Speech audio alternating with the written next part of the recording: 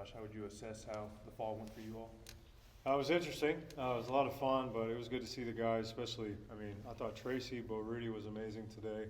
Appy's been great all fall. I just think it's a different look. When we set out last summer, we really wanted to kind of mix and match in the bullpen, have some different looks, and just really excited. It'll be a different look for sure. Maybe not as much power as we've had in the past, but I think we'll be kind of mix and match a little bit more than we have.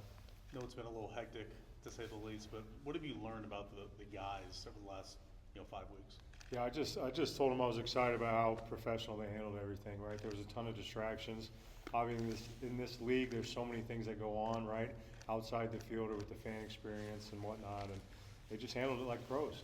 They got their business done. We still got better each week, and just told them now just how they've handled this, which puts us in a good spot moving forward. Because really, if you look at SEC, learn this from V.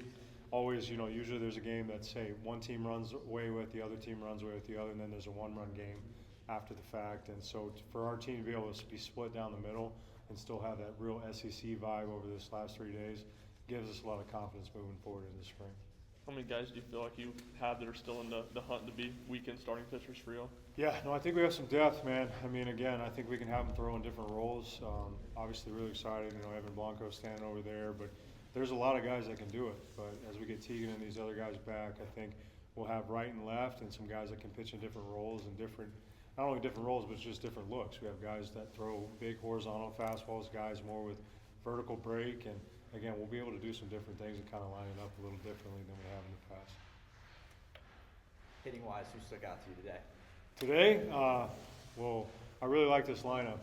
Again, it's really hard to pick one guy, but Levi's had a great fall, kind of making that jump from the freshman to sophomore year, and then obviously adding Henry Ford, we're super excited about. But Reese has been just kind of that consistent guy where, again, just doing things that we have taught him over the years, and he's almost another coach on the field. But I think we'll have a lot of depth offensively. I love the athleticism with Newstrom and Abernathy, what they bring to the table. And again, it's just exciting because there's a lot of competition, but these guys will be in a good kind of pole position moving forward. But I'm excited to see how they compete because it's going to be fun to put those 9 together, but there's going to be some different options. Good. What has Ariel been able to do this fall to take the next step at the plate? Yeah, he's been great. We were laughing like the first 10 days. I don't think he got out one time. Just really driving the ball. He's standing up a little bit more in his stance. At times last year, he would kind of charge the ball or lose posture over the plate. So again, just not trying to do too much, but really it's a mentality piece. He's always hit. He hit a ton on the high school circuit. And again, he's a wizard between the lines on defense. That's always going to be a separator for him. So I think it's more so like instead of, hey, hoping to be able to do this, like kind of knowing that he can. And it'll be interesting to see how he handles this period and then into the spring as well. Do you like about Reese in center field? Yeah, I like Reese. A lot of things about Reese. I think he could play all three at a high level. We've moved him around a little bit, but if I'm not mistaken, knock on wood, he had a perfect fielding percentage last year and was able to play catch a lot, had a ton of assists, but I think he's one, as the head coach, right to the lineup, he can play all three, and you really just throw him out there and don't lose any sleep. But I do think, and it's been like this for a long time here, we're going to move those guys around a little bit, right? But just having the versatility obviously helps us day to day, but also helps our players for the professional baseball side at the next level. Kind of on that note, did anybody prove to you that they could play, like maybe, the guy standing back there, that he could play third, or anybody else? Yeah, no, I think that's an everyday thing. You got to prove it, right? But again, we've always taken pride in like versatility, making sure guys are able to do different things. But it's not like, hey, you just show up and you kind of see where you're going that day. There's always some sort of conversation piece and a plan to make sure that on the development side, we're not just throwing darts at the wall and hoping, hey, you take this many ground balls. But again, on the versatility side, Henry's one that has played third, played first, played right field. So again, there's a lot of guys in this lineup that can kind of move around that we feel the same about, and it's definitely exciting. As a former player for Girolamo, how's it been like coaching alongside him now? Yeah, it's pretty cool. Again, he's family to me, always has been. We've been in touch at least once a week for the last, 10, 15 years now, right? So I learned so much from him just in the cage setting and here, stuff I stole from him over the years. So it's kind of funny. We was really just having skipped a beat, when we were having the conversations about him coming up here to coach. We really didn't even need to get into baseball stuff that much, as wild as that may sound, because there's just we talk about baseball all the time. We have for years. So the verbiage and the lingos that we use, I think that's consistent across what we'll do with our offense. And again, he's just got a tremendous feel where he's not going to come in and try to put a stamp on everything right away. And it was cool. He just kind of stood out in center field this week and almost approached it like a scout, just kind of evaling, and then we'll go over those notes. But I think just he's going to make our program better in so many ways. But just the comfort level of looking out there and knowing somebody I've got history with, I can trust, and he's really, really good at his job.